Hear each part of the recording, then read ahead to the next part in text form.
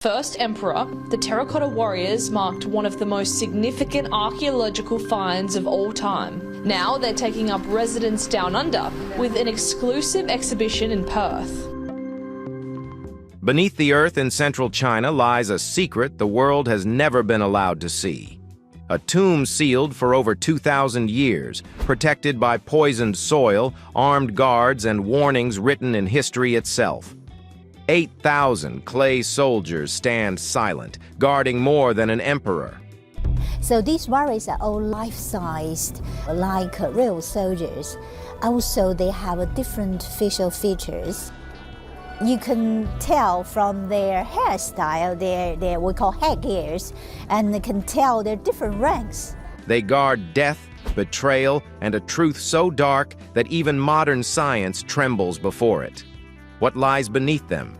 Chambers of gold, or mass graves, rivers of mercury, or traps designed to kill anyone who dares enter? Tonight, we step into a forbidden world, uncovering the hidden horrors beneath the Terracotta Army and the secret the Emperor spent eternity protecting: the Forgotten Kingdom. To understand what Albert Lin discovered, you first need to understand the scale of what Emperor Qin Shi Huang created. This was not a tomb in any conventional sense. This was an underground empire. Qin Shi Huang was the first person to unify China under a single ruler. Before him, the land we now call China was a patchwork of warring states that had been fighting each other for centuries. Through a combination of military genius, political cunning, and absolute ruthlessness, Qin conquered them all. He standardized the writing system, the currency, the weights and measures. He began construction of what would eventually become the Great Wall. He built roads that connected his vast empire, and he did all of this in just over a decade. But Qin was not satisfied with ruling the world of the living. He intended to rule the afterlife as well. Almost from the moment he took power, he began constructing his eternal kingdom beneath the earth. The project consumed resources on a scale that is difficult to comprehend. Ancient records suggest that over 700,000 workers were conscripted to build the mausoleum. They labored for nearly 4 decades. Many of them never saw their families again. The mausoleum was designed to replicate the empire above. Rivers of mercury represented the Yellow River and the Yangtze. Ceilings were painted with constellations to mirror the heavens. He says that the Emperor's tomb is surrounded by rivers of liquid mercury, the Emperor's immortality elixir of choice, fashioned to simulate the hundreds of rivers, as well as the Yellow and Yangtze rivers and the sea into which they flow. Palaces and halls were constructed underground, furnished with treasures looted from conquered kingdoms. And standing guard over all of it was an army of clay soldiers, each one unique, each one positioned with military precision, ready to defend their emperor for eternity. When those farmers stumbled upon the first pit in 1974, they had no idea what they had found. The initial excavation revealed warriors standing in battle formation, their faces so individual that no two were alike. Some looked stern and battle-hardened. Others appeared young and uncertain. A few seemed almost contemplative, as if they were considering the strange fate that had frozen them in clay. The craftsmanship was extraordinary. The preservation, after 2,000 years in the earth, was miraculous. But the warriors were only the beginning. Further excavation revealed chariots with bronze fittings still intact. Horses posed as if waiting for commands, weapons that remained sharp after 2 millennia. Musicians and acrobats meant to entertain the emperor in death. An entire bureaucracy of clay officials to administer his eternal kingdom. The scale defied imagination. And yet, for all that has been excavated, the vast majority of the complex remains untouched. The Chinese government has been extraordinarily cautious about further exploration. Some areas have been designated off-limits indefinitely. Others are excavated so slowly that decades pass between significant discoveries. The official explanation involves concerns about preservation and the lack of technology capable of protecting fragile artifacts from exposure to air. There is truth in this concern. In the 1980s, archaeologists opened a pit containing warriors that still bore traces of their original paint. Within seconds of exposure, the vibrant colors began to flake away and vanish. Figures that had remained pristine for over 2,000 years were damaged irreparably in moments. But preservation concerns do not explain the military guards. They do not explain the classified zones. They do not explain why certain areas of the mausoleum are treated less like archaeological sites and more like state secrets. Something else is going on beneath that soil, something the authorities do not want disturbed. And Albert Lin was about to find out what. Unprecedented access. Albert Lin arrived at the Terracotta Army site carrying equipment designed for conflict zones. LiDAR systems capable of mapping terrain through dense vegetation. Ground-penetrating radar that could detect structures buried meters below the surface. Drones equipped with imaging technology that had been used to locate hidden insurgent tunnels in active war zones. This was not standard archaeological equipment. This was military-grade surveillance technology repurposed for historical research.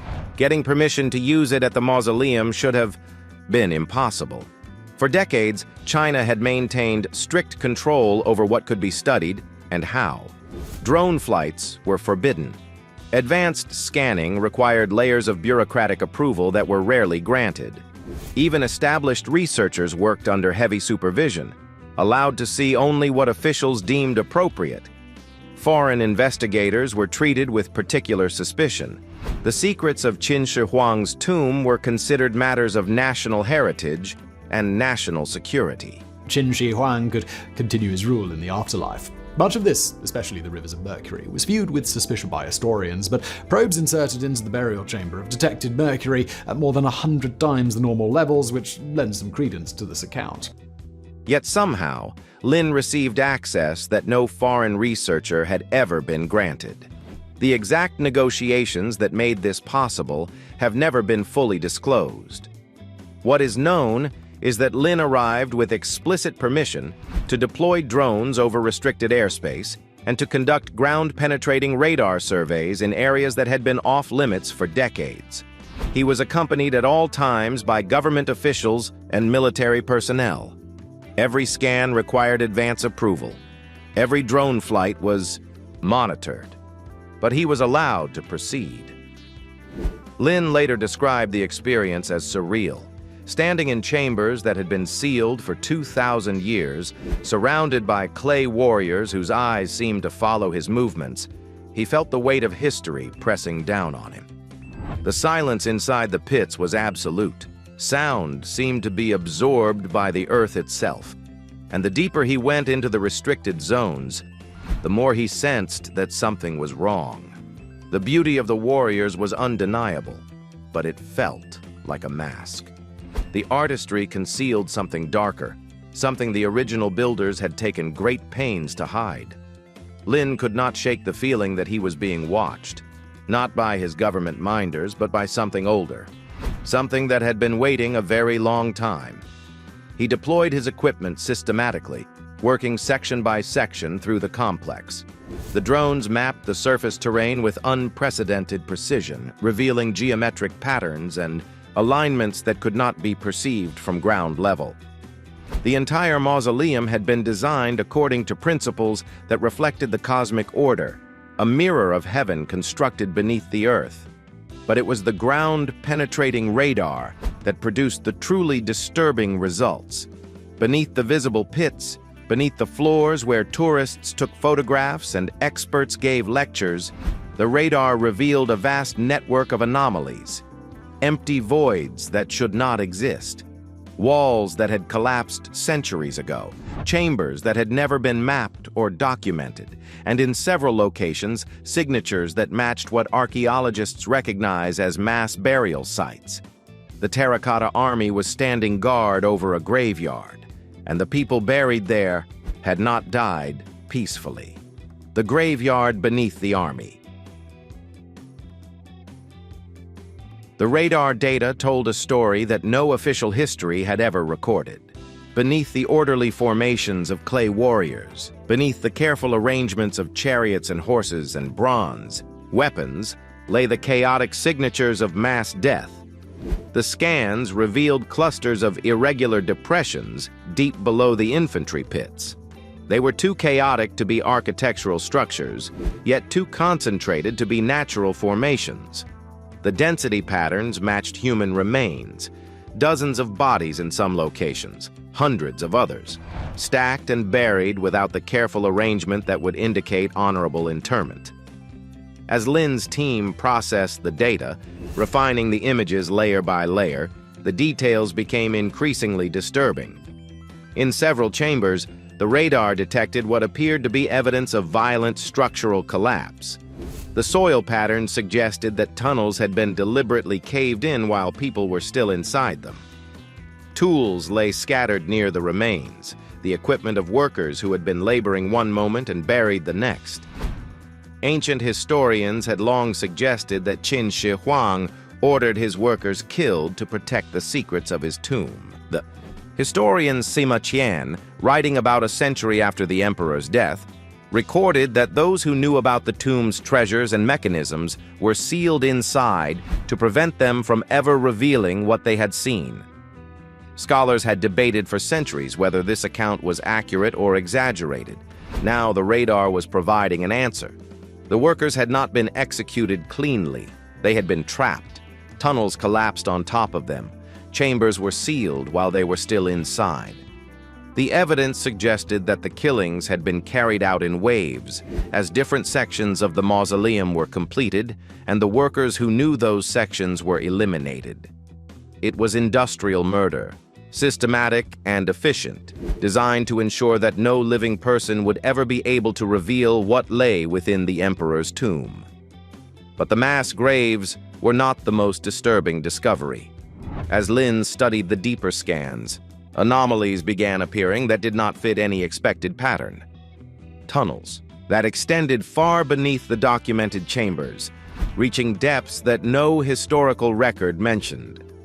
Air pockets suggesting voids that had never been mapped, and in one location, a single burial that was completely unlike all the others.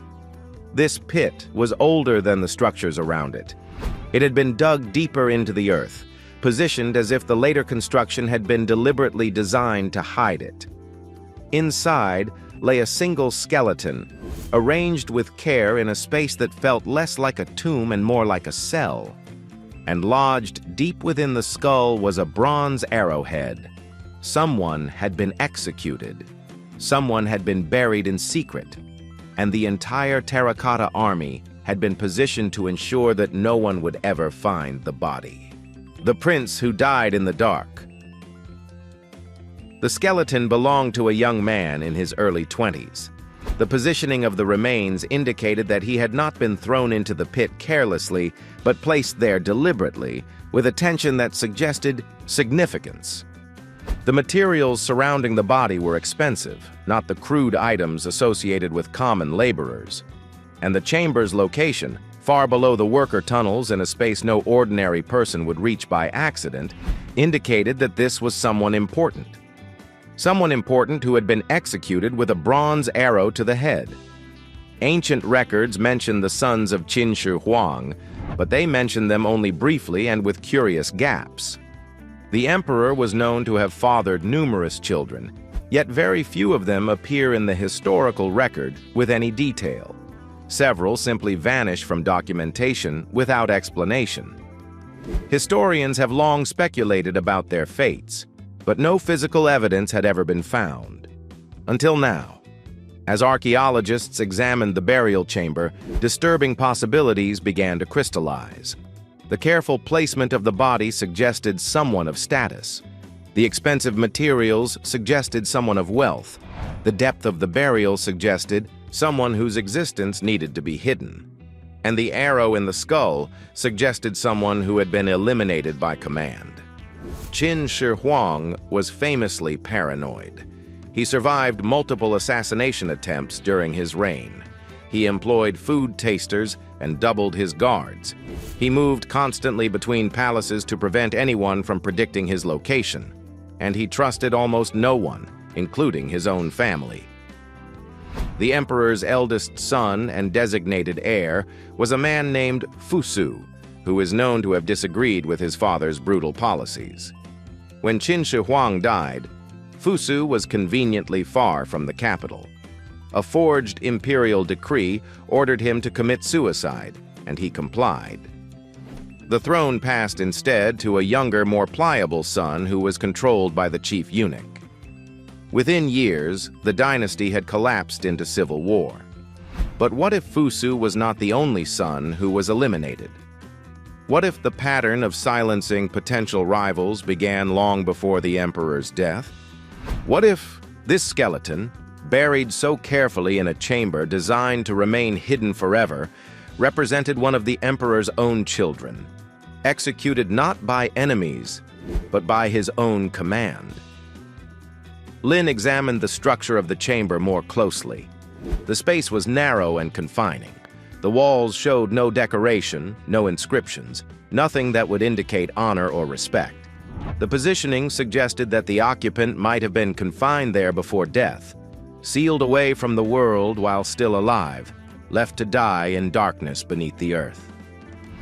The Terracotta Army stands in perfect formation above this pit. 8,000 warriors frozen forever in clay, guarding the secrets of an emperor who was willing to kill his own sons to protect his power. The beauty of the warriors suddenly seemed less like artistry and more like concealment. A magnificent monument constructed to hide the evidence of unspeakable crimes. The Scrolls of Confession. Deep within the sealed chambers of the mausoleum, complex in areas that had not been opened since the dynasty collapsed into chaos over 2,000 years ago, archaeologists discovered something that should not have survived. Bundles of bamboo scrolls, tied together with cord that had turned to powder at the slightest touch, preserved by conditions so dry and stable that even organic material had endured across millennia. These were the ancient Chinese equivalent of books, strips of bamboo inscribed with characters that had not been read by human eyes since the reign of the first emperor. The discovery was extraordinary on its own terms. Bamboo scrolls from this period are exceptionally rare. Most were destroyed in the chaos that followed the fall of the Qin dynasty, burned by conquering armies or rotted away by time and moisture. To find intact bundles in the mausoleum suggested that someone had deliberately preserved them, sealing them away with the same care that was given to the bronze weapons and jade ornaments. But as conservation specialists began the painstaking work of unrolling and photographing each scroll, the excitement turned to something darker. What emerged from those ancient texts felt less like administrative records and more like evidence of systematic horror. Some scrolls contained exactly what historians expected: construction schedules, supply inventories, lists of workers organized by region and specialty, the bureaucratic machinery of the largest building project in ancient history, documented with the obsessive detail that characterized Qin administration. But other scrolls contained something far more disturbing: confessions, written statements bearing the names of artisans, engineers, officials, and laborers, statements admitting to crimes that seemed impossible to commit, treasonous thoughts, plotting rebellion, harboring sympathy for enemies of the state, failing to meet construction quotas, speaking words that undermined imperial authority. The charges were vague, almost meaningless in their generality. The evidence cited was non-existent, and yet each confession ended the same way, with a statement that the accused accepted responsibility and submitted to whatever punishment the emperor deemed appropriate. These were not records of genuine criminal proceedings. These were documentation of a terror system, a bureaucracy of fear operating at industrial scale. Every worker who entered the mausoleum complex understood that they were being watched. Every artisan who shaped clay or cast bronze knew that a single mistake, A single word overheard by the wrong person could result in their name appearing on a confession scroll, and everyone understood what happened to those whose names were recorded. Other scrolls documented events that historians had long debated but never confirmed.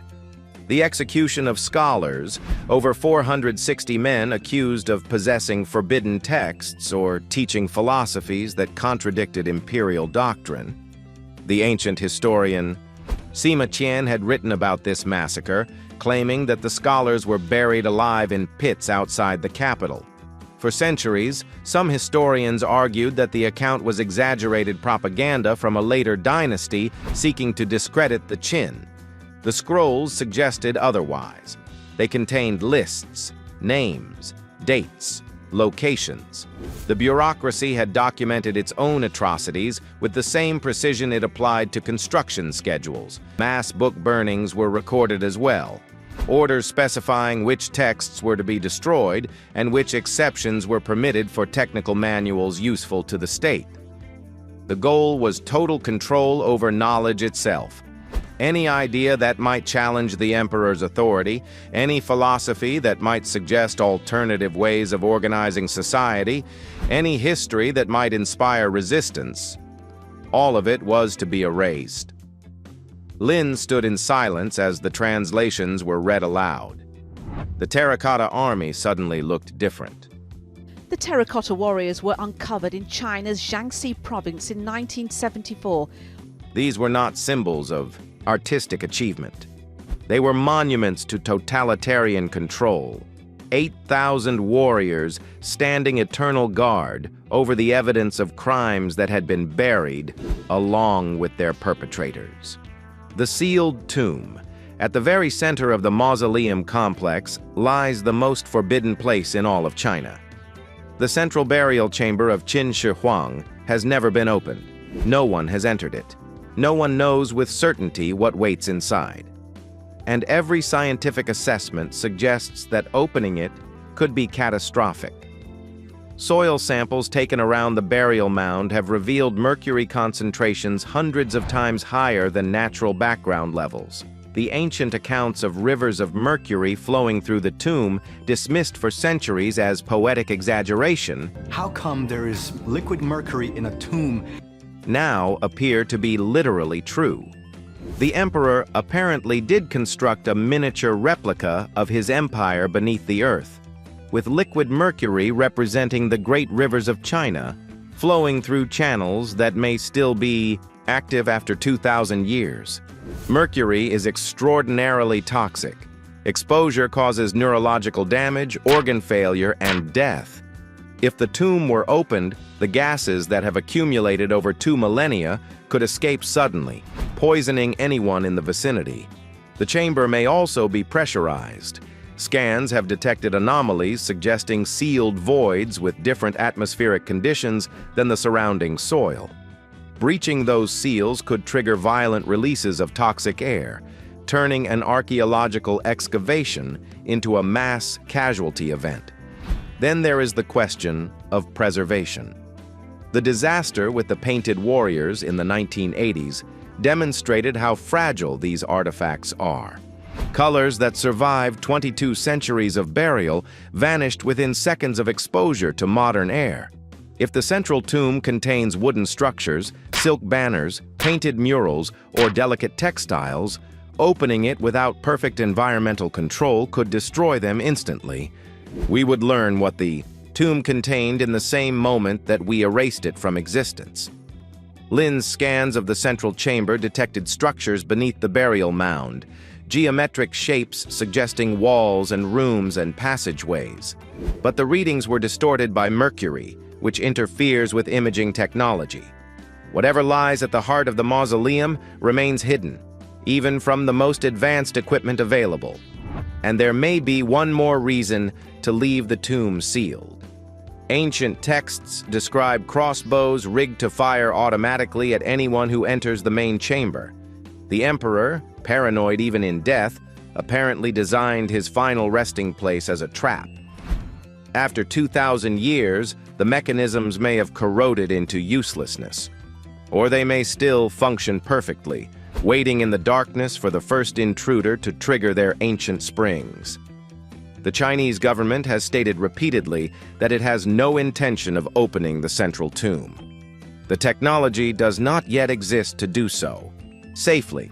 The risks of destruction and contamination are too high. And there are philosophical objections as well. Qin Shi Huang clearly intended his tomb to remain sealed for eternity. Some scholars argue that violating that intention, regardless of what we might learn, is an act of desecration that cannot be justified. For now, the world has agreed to honor the emperor's wish, not out of respect for Qin Shi Huang, whose crimes are well documented, but out of recognition that some secrets may be too dangerous to uncover. Some places may be better left undisturbed, and some doors, once opened, can never be closed again. The warriors remain frozen in perfect formation, their eyes staring into eternity, guarding a secret that has survived 2,000 years. Beneath their feet, in the heart of the tomb, lies a darkness no one has dared to fully explore. A labyrinth of poison, traps, and forgotten lives built to protect a ruler obsessed with immortality. Qin Shi Huang sleeps, and the earth has kept its silence. But history has a way of tempting us. Every advance in technology, every new imaging system, brings us closer to unlocking what the emperor took with him into the grave. What will we find when the tomb finally yields its secrets? Will it reveal the brilliance of an empire or the horror behind its construction? And perhaps most chilling of all, are some doors meant never to be opened? The story of the Terracotta Army is far from finished. The question is no longer whether we can enter the tomb, but whether we should, and what the consequences might be if we do.